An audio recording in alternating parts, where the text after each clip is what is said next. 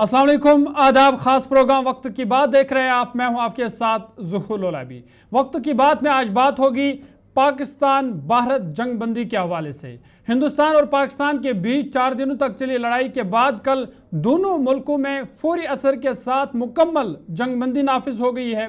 हालांकि इसके ऐलान के बाद ही शाम को मुख्तलिफ सरहदी इलाकों से जंगबंदी की खिलाफ वर्जी की खबरें भी मौसूल हुई, मगर फिल वक्त जम्मू कश्मीर में LOC और बैन अवी सरहद पर हालात पूरा अमन है। कल यानी 12 मई को पाक भारत DGMOs की अहम मीटिंग होनी है, जिसके बाद जंगबंदी के शराइत तय किए जाएंगे। बता दें कि 22 अप्रैल को पेश आई बाइसरन पहलगाम हमले के बाद भारत ने 7 और 8 मई की दरमियानी शब 1:30 और 2 बजे के दरमियान पहलगाम हमले का बदला लेने के लिए ऑपरेशन सिंदूर शुरू किया। भारतीय मुसल्लह अफवाज ने मुरीद के बाहवलपुर, कोटली, बिम्बर समेत पाकिस्तान के जेर कब्जा कश्मीर POK में दहशतगर्दी के 9 ठिकानों पर मिसाइल हमले किए। ये सब दहशतगर्द ग्रुप्स लश्कर तैयबा और जैश मोहम्मद के गढ़ माने जाते थे। इसके बाद 8 मई को ऑल पार्टी मीटिंग में वज़ीर दिफा राजनाथ सिंह ने बताया कि ऑपरेशन सिंदूर में 100 से ज़ायद दहशतगर्द मारे गए। इधर पाकिस्तान ने जवाबी कार्रवाई में 8 और 9 मई की दरमियानी शब LOC पर लगातार शेलिंग की। पुंछ, राजौरी, ऊडी, करना में आम लोगों को निशाना बनाया, जिसके नतीजे में कई आम शहरी हलाक हुए, जबकि कई अभी भी अस्पतालों में जेर इलाज है। पाकिस्तान ने फिर से 9 और 10 मई की दरमियानी शब जम्मू कश्मीर से गुजरात तक कम से कम 15 शहरों में फौजी तनसीबात को मिसाइल और ड्रोन से निशाना बनाने की कोशिश की, जिसे हिंदुस्तान के फिजाई दिफाई निज़ाम ने मुकम्मल तौर पर नाकाम कर दिया। अब जबकि जंगबंदी हुई है, तहम भारत ने पाकिस्तान को खबरदार किया है कि मुस्तकबिल में कोई भी दहशतगर्दाना हमला जंग तस्वुर होगी। इधर अपोजिशन ने जंगबंदी पर कई सवाल उठाए हैं। AIMIM के सरबरा असदुद्दीन ओवैसी ने जंगबंदी पर सवाल उठाते हुए कहा कि क्या हमारा मकसद सिर्फ जंगबंदी था। सवाल यह भी है कि क्या पाकिस्तान पर भरोसा किया जा सकता है कि वह अपनी करतूतों से बाज आएगा। क्या जंगबंदी से दहशतगर्दी का खात्मा होगा। और सवाल यह भी है कि किसी बैरूनी मुल्क के सदर ने जंगबंदी का ऐलान क्यों किया। इसी पर आज खास चर्चा करेंगे और ख़ास मेहमान इस खास डिबेट में हमारे साथ ज्वाइन करेंगे। हमारे साथ कैप्टन अनिल गौर, रिटायर्ड डिफेंस एक्सपर्ट है। हमारे साथ प्रोफेसर ललन प्रसाद जी हैं, माने जाने फॉरेन एक्सपर्ट है। और अहमद अयाज साहब है, पॉलिटिकल एक्सपर्ट है। इन तीनों मेहमानों का हम इस खास प्रोग्राम में खैर मकदम और इस्तकबाल करते हैं। और आज इस अहम डिबेट में हम जानने की कोशिश करेंगे कि जंगबंदी अगर हुई है, लेकिन अब आगे क्या होगा। क्या पाकिस्तान दहशतगर्दी से बाज आएगा। पाकिस्तान ने जो पिछले बार जो हमले किए हैं, क्या उससे अब वो बाज आएगा। क्या पाकिस्तान को सबक मिल गया है। और जिस तरह से 1947 या 1965 या 1971 और 1999 की जो कारगिल जंग हुई, उसके बाद जंगबंदी हुई। लेकिन इस पर आज खास चर्चा करेंगे और ख़ास मेहमान हमारे साथ ज्वाइन कर चुके हैं। रिटायर्ड कैप्टन अनिल गौर साहब, सबसे पहले मैं आपके पास आना चाहूँगा। सीज फायर एग्रीमेंट को आप किस तरह से देखते हैं और क्या पाकिस्तान पर भरोसा किया जा सकता है कि वो अपनी गंदी करतूतों से बाज आएगा। क्योंकि इससे पहले भी 1947 की जंग, फिर 65 की, फिर 71 की, फिर 1999 की करगिल जंग, उसके बाद भी सीज फायर हुआ था, लेकिन फिर भी पाकिस्तान अपनी करतूतों से बाज नहीं आया। इस बार जो सीज फायर हुआ है, इसको आप किस तरह से देखते हैं। जरूर जी, ऐसा है। देखिए, जो सीज फायर हुआ है जी, वो एक तरीके से पाकिस्तान की तरफ से अमेरिका को बहुत एक उन्होंने गुहार लगाई है कि जी आप सीज फायर हमारा जो है तो कराइए। क्योंकि आपने देखा कि किस तरीके से इनके जो प्राइम मिनिस्टर भी थे शहबाज शरीफ जी, वो भी एक स्पीच में गए कि उन्होंने कहा कि दुनिया में कोई भी हमारे साथ नहीं खड़ा, हमारे सिर्फ एक तुर्की खड़ा है हमारे साथ में, बाकी सारे लोग जिनसे हमने पास गए उन्होंने हमें धत्कारा है। और उन्होंने कहा है कि जी आप ये टेररिज्म जो है इसको बंद करिए, सारा कुछ बंद करिए। और जो हिंदुस्तान को उन्होंने सबने ठीक कहा, तो इसीलिए उन्होंने गुहार लगाई अमेरिका को। अब हिंदुस्तान का देखिए, हिंदुस्तान का मकसद जंग का नहीं था। हिंदुस्तान ने बड़ा क्लियर किया था जब पहलगाम का इंसिडेंट हुआ, तो उस टाइम भी प्राइम मिनिस्टर साहब ने कहा था कि हमारी जो लड़ाई है वो हमने जो टेररिस्ट कैंप, जो भी ये टेररिस्ट और टेररिस्ट के पीछे जिम्मेदार जो लोग हैं उनके खिलाफ है, और उनको हमने जो है न वो डिस्ट्रॉय करना है। हम ना पाकिस्तान के खिलाफ है, ना ही हम पाकिस्तान की जनता के खिलाफ है। और जो हमने एयर स्ट्राइक किए वो आपने देखे जो हमने 9 जगह पे एयर स्ट्राइक किए, वो सिर्फ और इतने क्लिनिकल और प्रिसिशन वाले एयर स्ट्राइक थे कि उसका कोई कोलेटरल डैमेज नहीं हुआ, कि आसपास का जो बाउंड्री वॉल के बाहर का घर भी जो है, मैं कहता हूँ, वो भी नहीं गिरा। वो वही जगह थी जहां पे ये इनके जो ठिकाने थे, ये टेररिस्ट के, दहशतगर्दों के, वो उड़े हैं। और उसमें तकरीबन, अब मेरे हिसाब से तो 400-500 के करीब जो है उनके वो मरे हैं। अब उसके बाद में पाकिस्तान ने क्या किया, और उस टाइम भी हिंदुस्तान ने कहा था पाकिस्तान को, देखिए हमने सिर्फ टेररिस्ट कैंप किए, हमने सिर्फ टेररिस्ट कैंप्स को उड़ाया है, ना हमने कोई आपका सिविलियन या मिलिट्री टारगेट को उड़ाया है। और अगर आप इसको एस्केलेट करना चाहेंगे तो आपके लिए बहुत परेशानी होगी।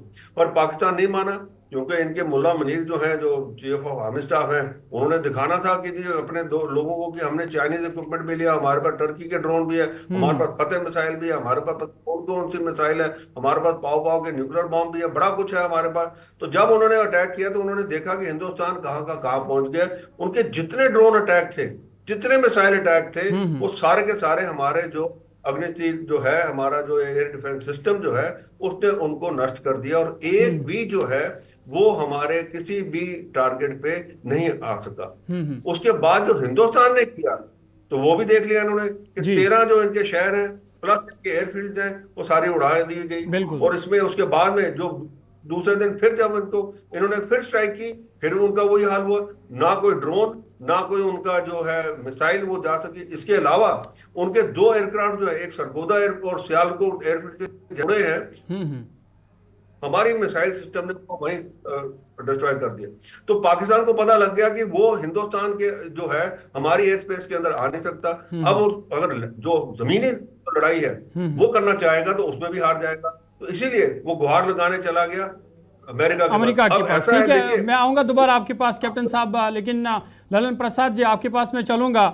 जिस तरह से ये सीज फायर हुआ है और अमेरिका ने ये सीज फायर करवाई, इस पर कई सवालात खड़े उठाए जा रहे हैं।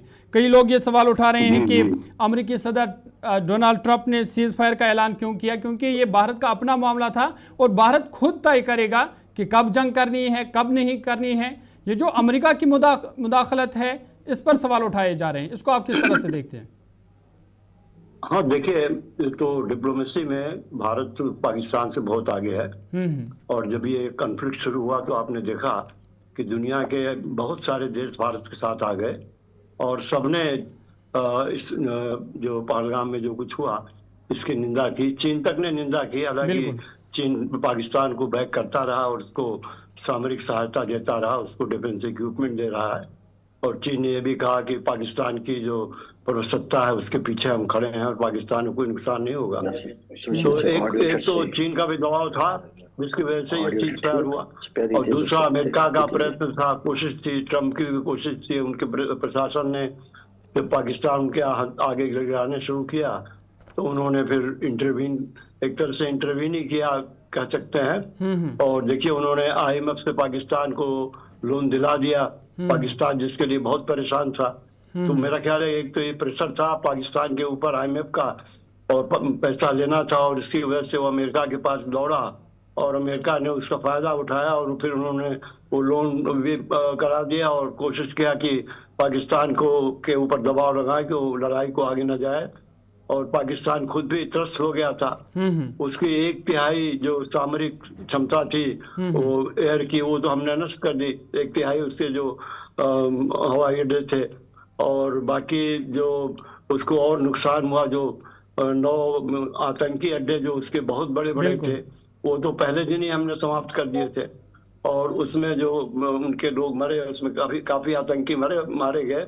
तो एक तरह से जो हमारा ऑब्जेक्टिव, मेन ऑब्जेक्टिव था, वो तो पहले दिन ही काफी हद तक पूरा हो गया था, क्योंकि हम पाकिस्तान की जनता को मारने के लिए तो नहीं गए थे। हमारा तो उद्देश्य था कि जो आतंकी हमले हुए हैं और जो लोग इसमें इन्वॉल्व हैं और जो इनकी मदद कर रहे हैं उनको हम बर्बाद करें, उनको हम सबक सिखाएं।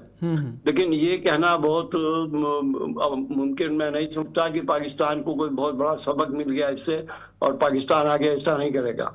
पाकिस्तान तो 4 घंटों में ही बदल गया था और उसने मार शुरू कर दी थी।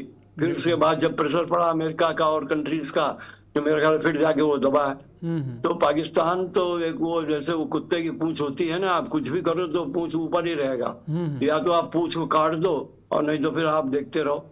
तो पाकिस्तान वही करता रहा है और फिर वही करेगा। आप देखिएगा, ऐसा है कि पाकिस्तान रुकेगा नहीं, क्योंकि आतंकवाद पाकिस्तान की जड़ में है और पाकिस्तान के खून में हो गया है आतंकवाद, ठीक। और वो सारी दुनिया में लोगों को तंग करता रहा और करता रहेगा जब तक कि उसको कोई बहुत बड़ा सबक न सिखा जाए। ठीक है, भारत के सबक पास इस सिखाने बार की मौका था, वो फिर से सबक जरूरत है। भारत ठीक सिखा है, मैं आऊंगा सकता था। दोबारा आपके पास लालन साहब। अहमद अयाज साहब, आपके पास मैं चलूंगा। जिस तरह से हमने देखा इन दिनों के दौरान कि सरहदों पर किस तरह से आम लोगों को निशाना बनाया गया, करीबन 20 लोगों की आम लोगों की इस दौरान मौत वाक़ा हो चुकी, कई लोगों के घर आशानी जो है वो उजड़ गए, और अब जो कि सीज़ फायर हुआ है, जंगबंदी हुआ है, इसको आप किस तरह से देखते हैं? क्या वाकई में जम्मू कश्मीर के सरहदों पर अब अमन लौट आएगा?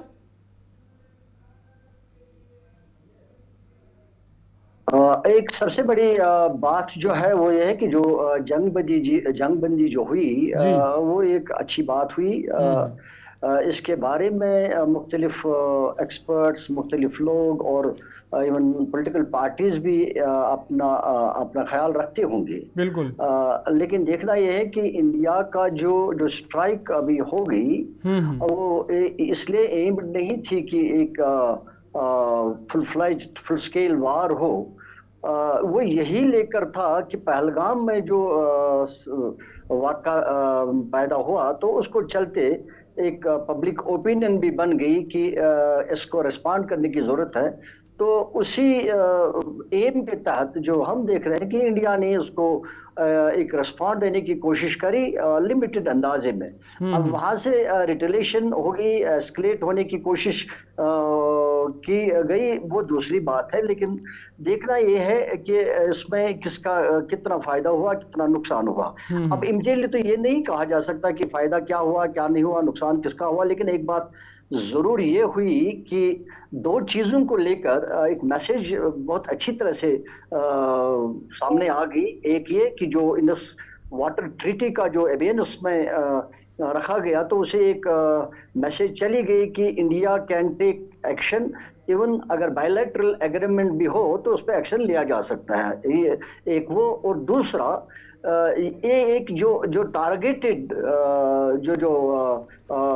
ये जो कैप्स पर टारगेट जो किए गए, तो उससे भी एक ये मैसेज चली कि पाकिस्तान शायद ये समझ सकता है अब कि जैसे अमेरिका ने कभी टारगेट किया उसामा बिन लादेन को पाकिस्तान में, हो सकता है ऐसा भी कभी चांस बन सकता है कि इंडिया ऐसा भी कर सकता है। लिहाजा इसके ऊपर जो जंगबंदी का माहौल पैदा हुआ, हर एक ये जानता है कि जंग किसी बात का सलूशन नहीं है, किसी मसले का सलूशन नहीं है, और कोई देश नहीं चाहता है कि जंग किया जाए। लेकिन ये एक मजबूरी की हालत में, जैसे पहलगाम का वाक़ा हुआ तभी ये सूरत हाल बनी, नहीं तो शायद इंडिया भी नहीं चाहता कि जंग किया जाए, और ना कोई चाहता है, क्योंकि उनको मालूम है जो भी इक़्तिदार हुकूमत में जो सरबराह होते हैं उनको एक पूरा इस चीज का इल्म है कि ये तबाही बन सकती है। तो जैसे हमने देखा रिटेलिएशन में बॉर्डर्स हमारे पर क्या हुआ, बहुत सारे जाने गए और इमलाक तबाह हो गया। तो इस चीज का पूरी तरह इल्म है। लेकिन इसे यही फायदा हुआ कि जब सीज फायर हुआ तो इसमें आमने सामने बात जो होने का इम्कान है। तो अब यह है कि अगर हम ये कहेंगे कि इन्फिल्ट्रेशन खत्म हो जाए, जैसे आपने पूछा, उसका भी कोई अभी तक गारंटी नहीं है। या तो अगर हम ये कहेंगे कि पाकिस्तान से इन्फिल्ट्रेशन हो जाती है, हो रही है, तो फिर पाकिस्तान को नेस्त नाबूद करने की, एलिमिनेट करने की बात है, नेस्त नाबूद करने की बात है, वो नामुमकिन सी बात है, क्योंकि एक कंट्री को आप ऐसा नहीं कर सकते हो।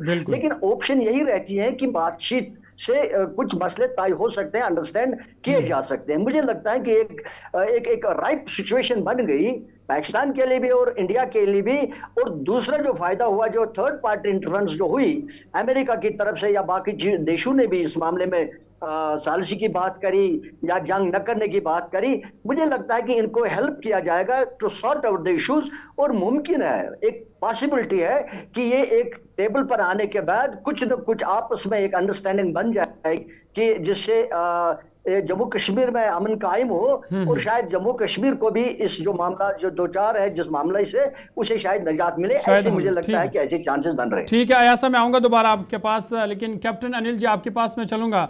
जिस तरह से भारत ने ऑपरेशन सिंदूर चलाया, दहशतगर्द के कई ठिकानों को नेस्त नाबूद किया गया, और करीबन 100 से ज़ायद जो दहशतगर्द है वो मार गिराए गए। क्या वाकई में इससे जो दहशतगर्दी है वो ख़त्म होगी और दहशतगर्द दोबारा इस तरह के हमले करने से अब घबराएंगे और अब वो हिम्मत नहीं करेंगे इस तरह के हमले करने की?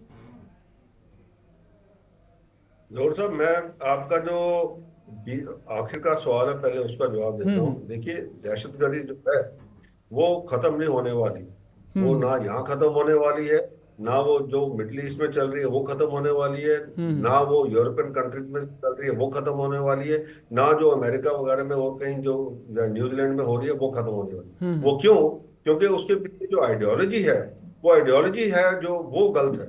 और वो आइडियोलॉजी जो है, जब तक ये आइडियोलॉजी जो ये मैं कहूँ कि मदरसों वगैरह में जो मौलवीज हैं वो इसको पढ़ाते रहेंगे, तब तक ये दहशतगर्दी खत्म नहीं होगी। इसलिए वो बहुत जरूरी है कि उसको वहां से पकड़ना कि भाई आप जो पढ़ा रहे हैं बच्चों को क्या पढ़ा रहे हैं। ठीक है, मैं कहता हूँ हर चीज होती है, गलत भी होती है, अच्छी भी होती है एक चीज एक किताब के अंदर। पर अगर आप अच्छी बातें सिखाएंगे तो वो गलत को नहीं सीखेगा। पर अगर आप गलती बोलते रहेंगे, क्योंकि जो मैंने देखा है, जो आपने भी देखा होगा, जितने वीडियो चैनल्स वगैरह बने हैं सारे कुछ है वो जैसे जाकिर नाइक टाइप है या और कोई लोग हैं, वो क्या क्या बोलते हैं, तो वो उससे और ये तो आप देखिए, मैं तो ये कहता हूँ जो पहलगाम का इंसिडेंट हुआ ये भी पूरा उसी वजह से हुआ, क्योंकि जो ये मुल्ला मनीर ने ये अपने प्रवासी जो पाकिस्तानियों को जो उसने वहां पे स्पीच दी थी कि मैं कहता हूँ हेट स्पीच थी, टू नेशन थ्योरी की, और हिंदुस्तान के खिलाफ थी, और उसी का ये नतीजा ये हुआ जो पहलगाम के अंदर हुआ, और इसीलिए ये सारी बातें हुई। दूसरी बात ये है कि देखिए अभी तक जो ये है, आप कहते हैं 100, मैं बड़े कंजर्वेटिव एस्टिमेट से 450-500 लोग लगाता हूँ ये दहशतगर्द के मारे गए हैं। क्यों? क्योंकि अब देखिए 9 जगह अटैक हुआ, अगर आप 50 भी एक जगह में लेंगे तो 450 हो जाती है। जब सुबह इन्होंने जो इनके जो ISPR के डीजी है वो कहते हैं 3 लोग मरे, एक लड़की है, 2 और खातून है, पर बाद में करते करते शाम तक 100 पे रुक गए, पर 100 से ज्यादा लोग थे वहां पे। खैर एनीवे, हमें उसका नहीं, पर ये है कि ये थोड़ी देर के लिए निजात दिलाएगा एक। पर दूसरी बात जो देखिए कही है कि हमने जो अब ये सीज़फायर एक्सेप्ट किया उससे पहले हमारी कैबिनेट का और हमारे प्रधानमंत्री का बयान आया है उधर से कि हम कोई भी एक्ट ऑफ टेरर अगर होगा तो हम उसको एज एक्ट ऑफ वॉर जो लेंगे। तक जो 75 साल है हिंदुस्तान की आजादी में ये कभी नहीं हुआ, और ये जब होने के बाद अब क्या है कि कोई भी एक्ट ऑफ टेरर होगा इसका मतलब रिटेलिएटरी स्ट्राइक उसकी होगी, और ये पाकिस्तान को अपने ध्यान में रखना है कि अगर ये इन्होंने किया, क्योंकि देखिए ये जो टेरर फैक्ट्री है ये पाकिस्तान ISI और फौज की है, ये इनकी जो है ये सारी कारनामा इनका है ये, क्योंकि शुरुआत जो हुई इसकी वही बात आ जाती है जब अफगानिस्तान में रशिया गया तो ये CIA ने इनको साथ मिलके तो तब इन्होंने हाथ में मिला लिया, CIA के साथ पैसे भी लिए और ये सारा तालिबान वगैरह सारा इन्होंने इकट्ठा किया, तो आज वही उनके गले पड़ गए हैं। तो ये अगर आज के बाद कोई भी टेरर स्ट्राइक होगी, एक्ट ऑफ वॉर होगा, हमारा रिटेलिएशन इसी हिसाब से होगा जैसे ऑपरेशन सिंदूर में। ठीक है, मैं रिस्पॉन्ड करना चाहूंगा जो ये है कि अब हमने वर्कआउट नहीं, मैं थोड़ा जी आऊंगा, आया साहब आपके पास आऊंगा, पहले कैप्टन साहब की बात मुकम्मल हो जाए उसके बाद आपके पास आऊंगा। जी कैप्टन साहब कंटिन्यू कीजिए। हमने जो है ये एक जो हमने जो बाकी जो हमारे 5 पॉइंट थे जो हमने डिप्लोमेटिक तरीके से की, एक इंटर वाटर ट्रीटी है वो अबेयंस में रखी है, बाकी जो सारे वो सारे के सारे चल रहे हैं, उसमें हमने कोई उसमें छूट नहीं दी। दूसरा ट्रेड वगैरह का भी है, उसमें हमने कोई नहीं किया कि जी हम ट्रेड दोबारा शुरू कर रहे हैं, नहीं कर रहे। पाकिस्तान को हमने हुक पे रखा हुआ है और उसका तब तक रखेंगे जब तक हमें पूरा यकीन नहीं हो जाएगा कि हाँ जी अब इसका बंद हो गया काम के नहीं हो गया, फिर उसके बाद अब इंडस वाटर ट्रीटी का एक देखिए कितना बड़ा एक वो है, मैं कहूंगा वो तलवार है पाकिस्तान के ऊपर।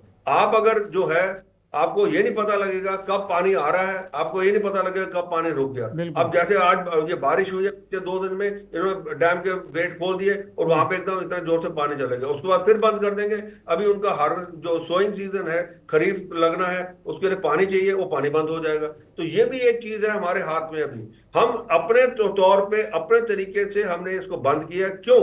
क्योंकि देखिए अगर हम सीज़फायर नहीं करते, आज हिंदुस्तान चौथे मैदान पे है इकोनॉमिक पावर बनने के, ये सारा का सारा हमारा एफर्ट जो है वो सारा इधर जाता है। दूसरी बात जो चाइना से जो कंपनीज वहां से निकल के आ रही हैं, जो हिंदुस्तान के अंदर अपना निवेश करना चाहती हैं, वो बंद हो जाती है। वो कहती है देखिए यहाँ तो लड़ाई झगड़ा चल रहा है, वॉर चल रही है, तो हम यहाँ पे क्यों करें, हम वियतनाम चले जाएंगे, हम थाईलैंड चले जाएंगे।